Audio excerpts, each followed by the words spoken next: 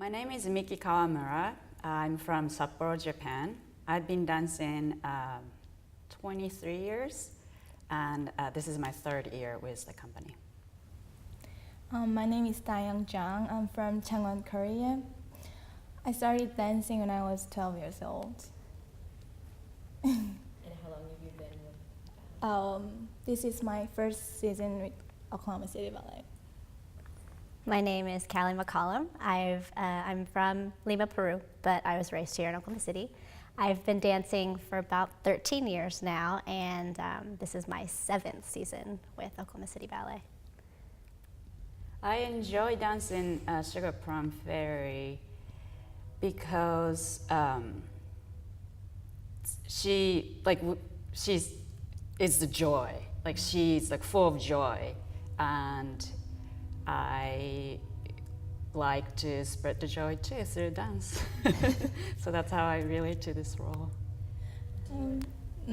Give the audience happiness and strength and everything. Okay.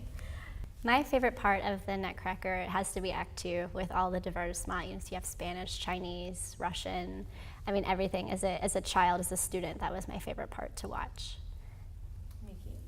My favorite part of the Nutcracker is the ending, because every version has its own twist and make audience think, oh, was that a dream or did it really happen? So I think ending is just fun and beautiful. My favorite part of the Nutcracker is second act 2, because you can see all the different type of dancing, so that's fun.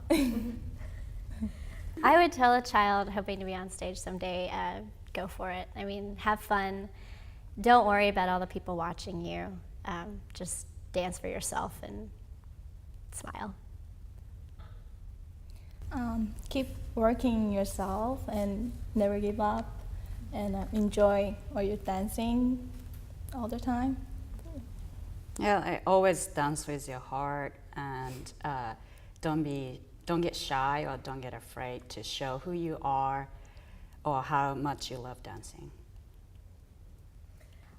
I think the hardest part of this role as Sugar Plum Fairy is maintaining your strength while still being, delicate and beautiful and being a commanding presence. The hardest part of this role would be, for me, to welcome or invite audience to her world instead of show and give. Not only show and give, it's not going to work, because Sugar Plum should be warm and welcoming, and Nutcracker is all about magical, so audience should feel like they're part of the ballet instead of watching from outside. For me, everything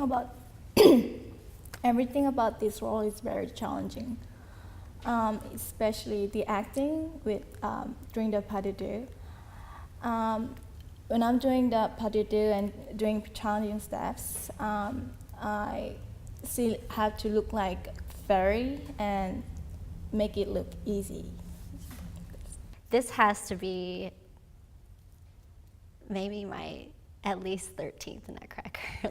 I mean, it's been a lot. To think that I've done that many Nutcrackers in my lifetime, at this point, it's kind of tradition to do it. A Christmas or a holiday without Nutcracker would be weird, I think. It would be like 11s or so, because in Japan we don't really do Nutcracker every year. I mean, at least when I grew up. So it's not here in America, like we do every year. In Japan, they just do it whenever they want. Sometimes I've done Nutcracker in the summer, actually, back when I was a child. So I haven't done many Nutcracker, but it'd be like 11s Nutcracker. I was studying with Bolshoi Ballet Academy, so there's all the time, coming winter, we're doing Nutcracker. So I've done this for, I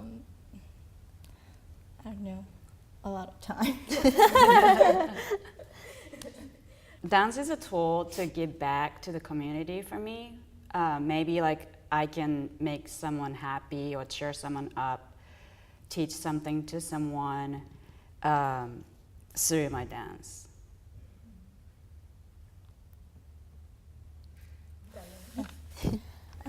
Dance means a lot to me.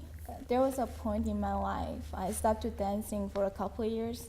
I always wanted to dance and perform on stage again. Dance to me is,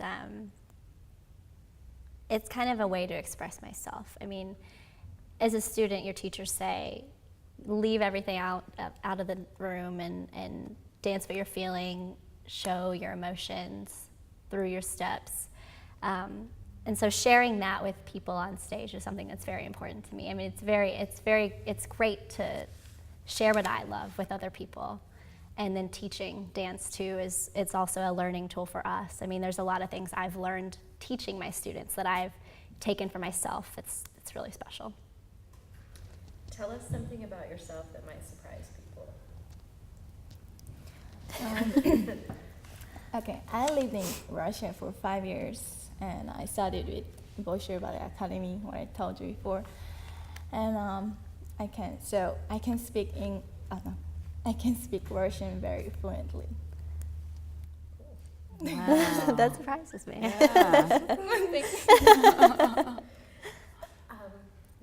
Yeah. Maybe that I'm afraid of heights and all the lifting we have to do in ballet. Until I get used to it, which takes for a while, I always scream up there when I'm in the air. I think one thing that would surprise people about me is I'm also afraid of heights, and I actually quit doing gymnastics for the fact that you were on a balance beam or on a high bar. And so I thought, okay, well, dance, I'll start dancing. That's on the ground. That's, you're never going to be up in the air. And then every other day, you're tossed up in the air, you're thrown from person to person.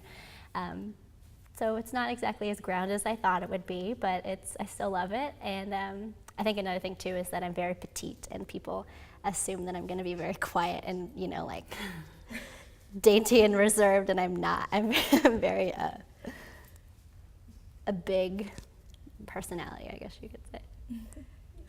Team Sugar Plum. Woo!